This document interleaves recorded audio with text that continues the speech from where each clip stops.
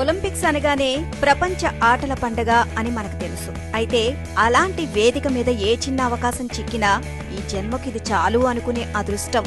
అలాంటిది మన దేశం తరపున జాతీయ పతాకాన్ని చేతపట్టుకుని యావత్ దేశానికి ప్రాతినిధ్యం వహిస్తే, అది కూడా మన 16 అణాల తెలుగింటి ఆడబిడ్డకు దక్కితే ఇంకేమన్నా ఉందా? సరిగ్గా అలాంటి అరుదైన అవకాశమే మన పుత్తడి బొమ్మ పూసర్ల వెంకట సింధు, అదే మన స్టార్ షట్లర్ పివి సింధుకు దక్కింది. ఏదైనా క్రీడా సంరంభం ప్రారంభానికి ముందు ప్రతి దేశం తరపున ఒక ఆటగాడు వారి దేశపు జెండాతో ముందు నడుస్తుంటే మిగతా క్రీడాకారులు అనుసరిస్తారు. ఇలా జాతీయ పతాకాన్ని పట్టుకొని ముందు నడిచే ఆటగాడిని ఫ్లాగ్ బేరర్ అంటారు.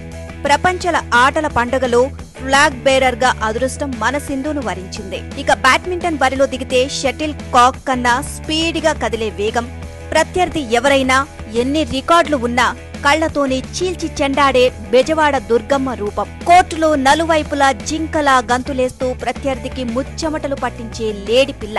ఈసారి ప్యారిస్ గడ్డ మీద స్వర్ణ పతకంతో సింధు నాదం చేయాలని, అదే విజయ గర్వంతో సింహనాదం చేయాలని ఆ దేవుణ్ణి కోరుకుందాం. All the best Sindhu.